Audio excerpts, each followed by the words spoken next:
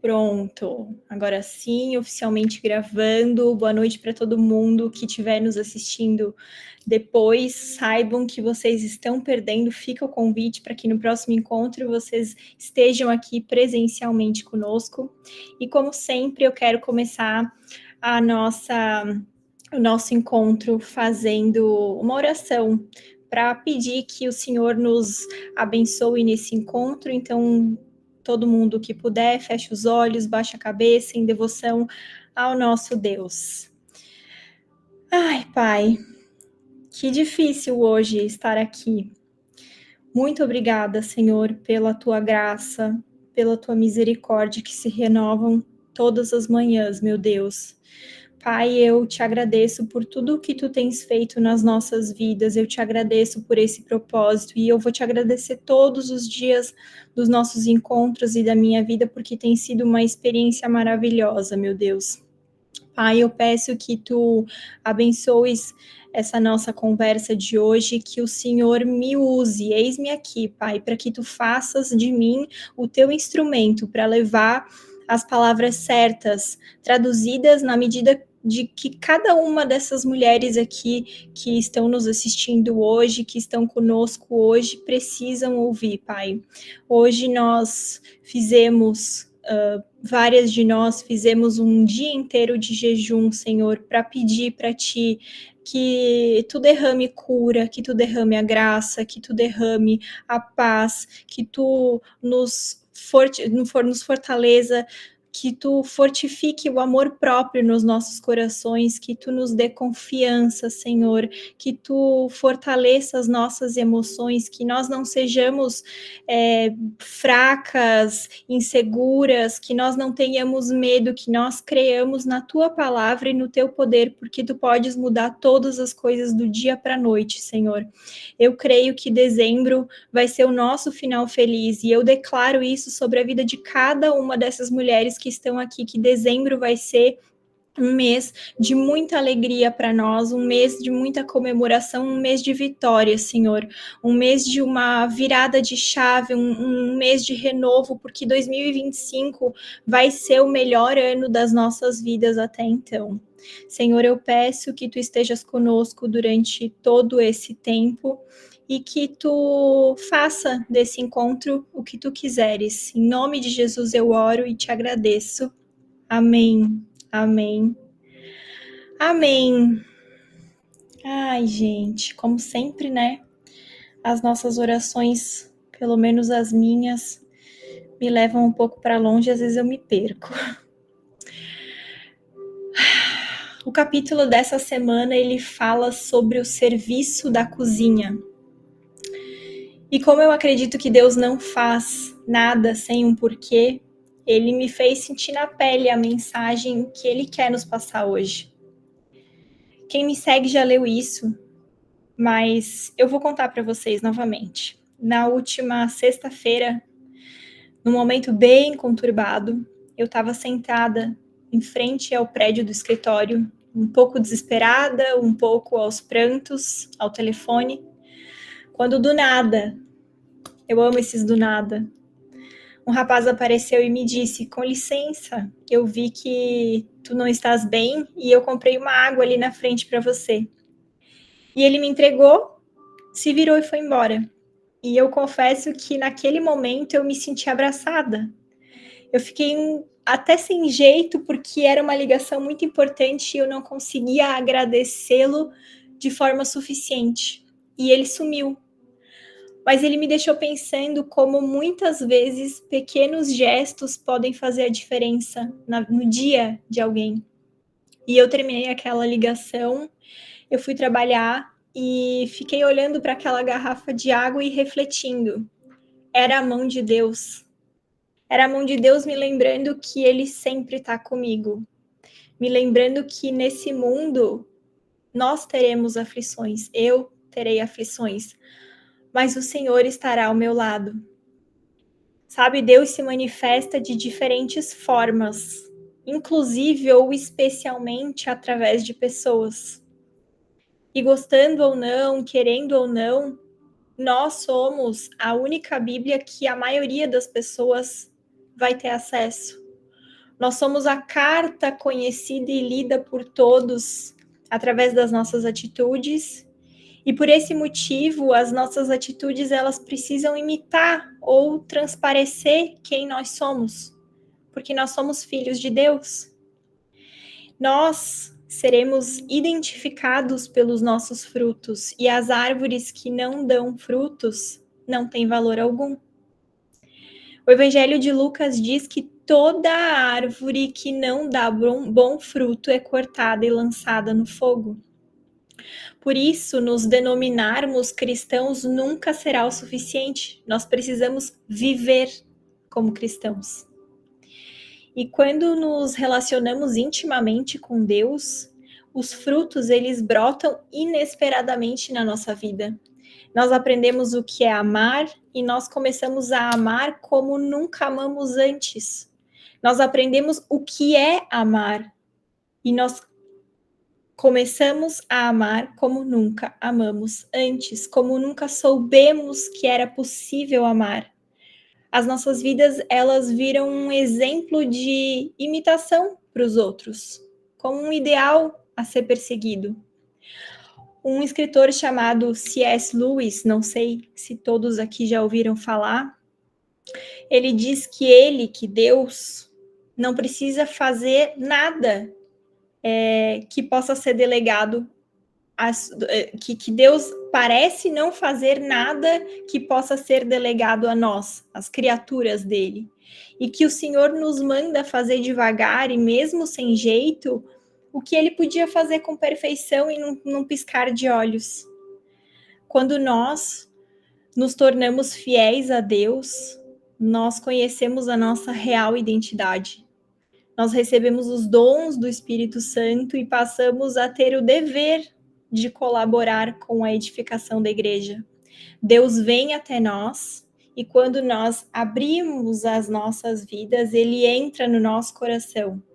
E se a gente estiver disposta a servir, os compromissos divinos, eles começam a aparecer subitamente em todos os lugares. E vocês podem notar, todas as obras vêm pela ordem de Deus, todas as obras que vêm pela ordem de Deus, elas estão relacionadas ao amor. Isso porque o amor de Deus, ele resulta na compaixão pelas pessoas, no amor ao próximo, na busca por amar ao próximo como Jesus nos amou.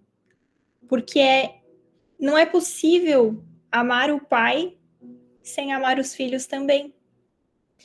Ninguém vai ser chamado para fazer tudo, nós já conversamos sobre isso aqui. E nós também não seremos chamadas para fazer tudo sozinhas. Nós não seremos chamados para fazer somente o que é fácil para nós.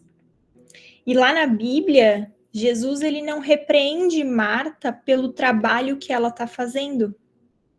Ele a repreende pela postura de permitir que os deveres a irritassem, a absorvessem, tirassem o senso de não saber a hora de desfrutar da boa parte.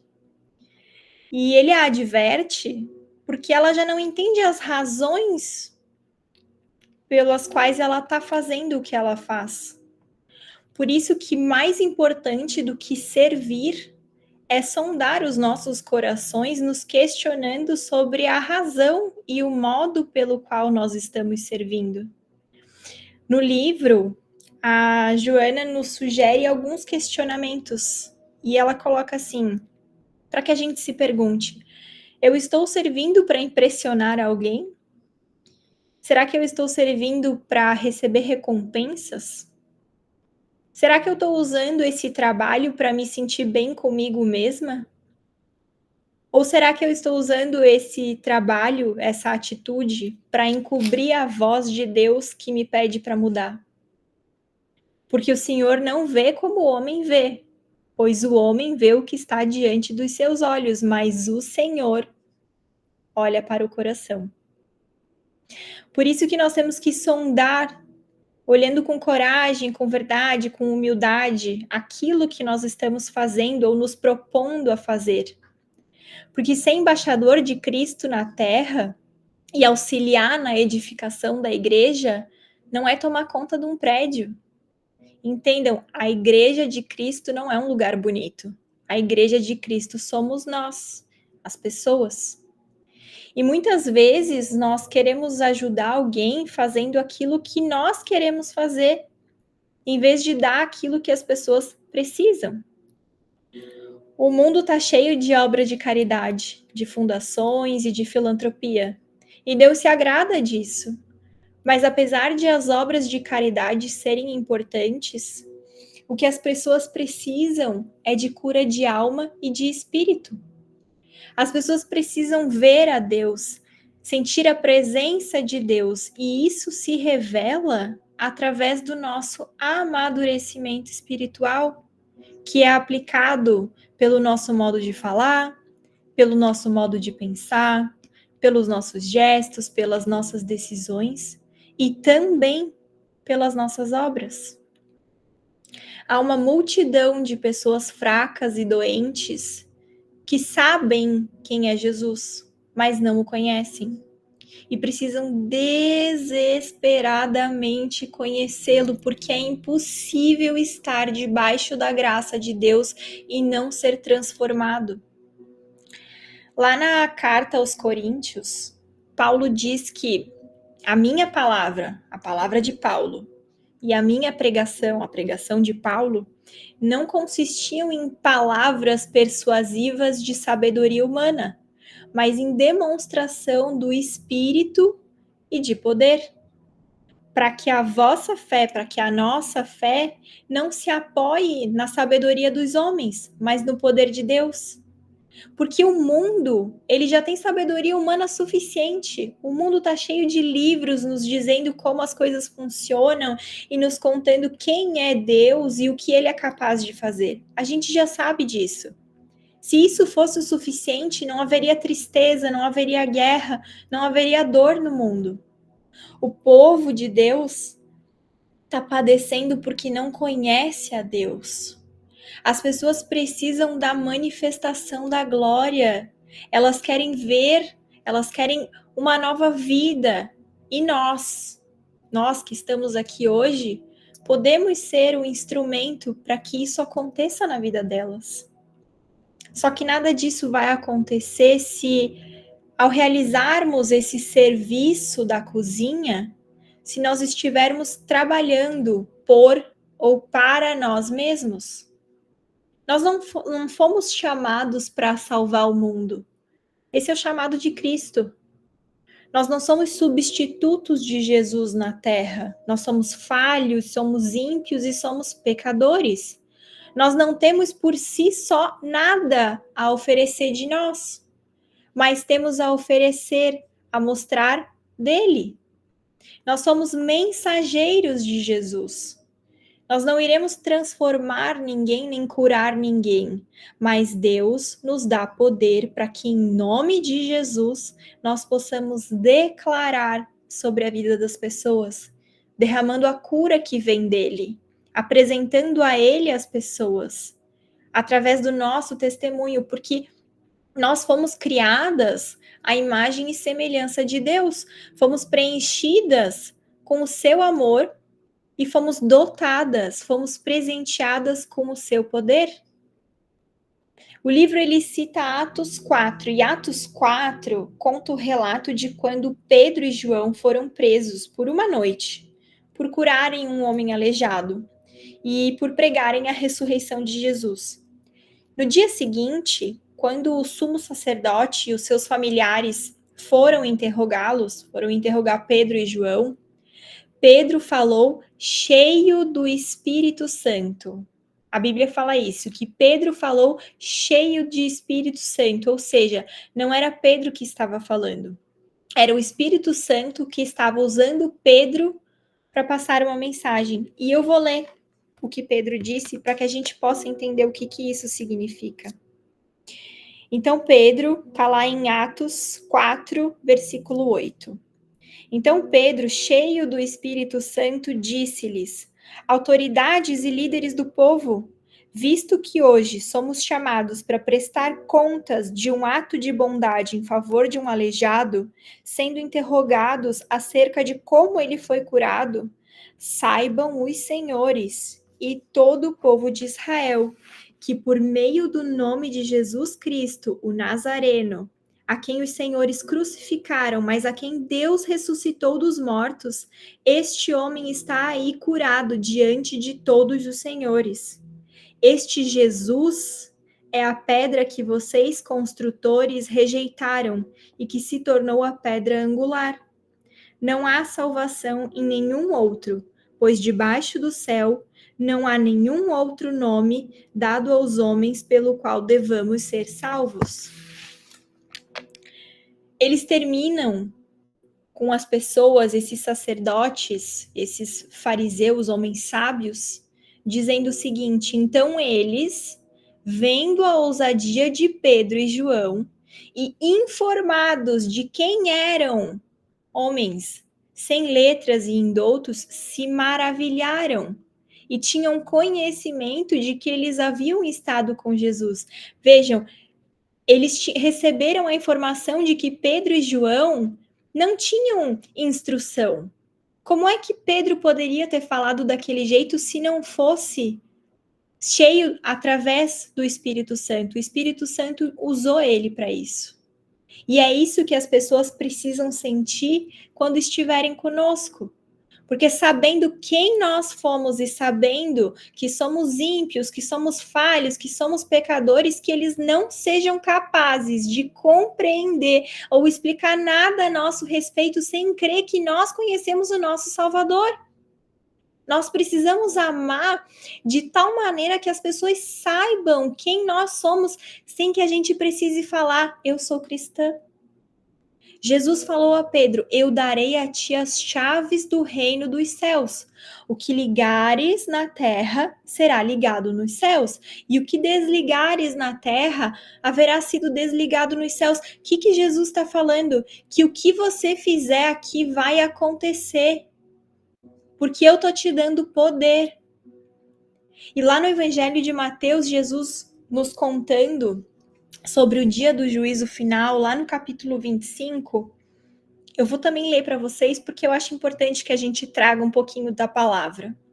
E ele fala assim: então dirá o rei aos que estiverem à sua direita: vinde, benditos de meu Pai, possui por herança o reino que vos está preparado desde a fundação do mundo. Porque tive fome e destes-me de comer, tive sede e destes-me de beber, era estrangeiro e hospedastes-me. Estava nu e me vestistes, adoeci e visitastes-me. Estive na prisão e fostes me ver. Então os justos, veja bem, os justos lhe responderão dizendo: Senhor, quando te vimos com fome te demos de comer? E quando te vimos com sede te demos de beber? E quando te vimos estrangeiro e te hospedamos, ou nu e te visitamos? E quando te vimos enfermo ou na prisão e fomos te ver? E respondendo, o rei lhes dirá: em verdade vos digo que quando o fizestes a um destes meus pequeninos irmãos, a mim o fizeste. Como filhos de Deus, nos foi dada a autoridade para trabalhar com Deus e trazer o céu para a terra. Novamente, Deus não precisa de nós, mas Ele não vai fazer nada que possa ser delegado a um de nós. Ele nos mandará fazer devagar e sem jeito o que Ele pode fazer com perfeição e num piscar de olhos. Nós temos que crer e viver como cristãos. Nós precisamos aprender a permanecer na paz, mesmo em meio à tempestade, e a realizar as nossas obras por Ele, não por nós. A gente precisa buscar melhorar a cada dia, até que as pessoas nos digam: eu sei quem você é. E eu vou roubar a fala do meu pastor desse último domingo, porque ele falou o seguinte, que a falta de posicionamento é o erro silencioso que a cada dia vai nos afastando do propósito de Deus. Muitas vezes nós queremos contar o que está se passando, sem perceber o que isso significa. Nós estamos passando Nós não permaneceremos ali. Eu estou passando por uma situação bem difícil, mas isso vai passar e eu ainda estou de pé porque eu creio no Deus a quem eu sirvo. Eu não vou viver com medo. Eu estou triste com o que está acontecendo, mas eu entro na luta na certeza de que já foi resolvido. E ser resolvido não significa que as coisas vão acontecer da forma como eu quero ou como eu acho certo, mas sim que vai acontecer da forma como ele quiser. E se é a forma como ele quer, quem sou eu para questionar? Sejamos nós mais como o rapaz que me trouxe água no outro dia. Não foi nada para ele, mas naquele momento foi o suficiente para eu saber que Deus estava ali comigo.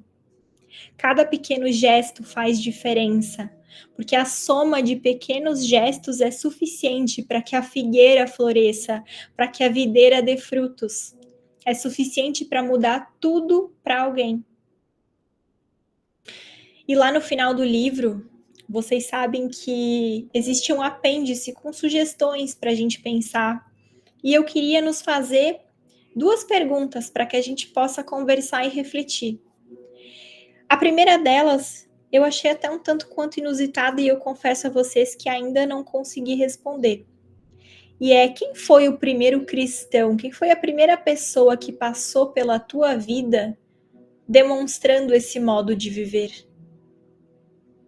E a segunda é que atitude a gente pode colocar no nosso dia a dia que possam demonstrar para as pessoas que nos rodeiam o poder do amor de Deus nas nossas vidas. Como sempre, terminando aqui a minha fala, eu vou encerrar a nossa gravação e novamente deixar esse convite para quem vai assistir depois, para que esteja conosco no próximo encontro, porque é sempre muito especial. E encerrando a gravação, eu vou abrir para que a gente possa conversar.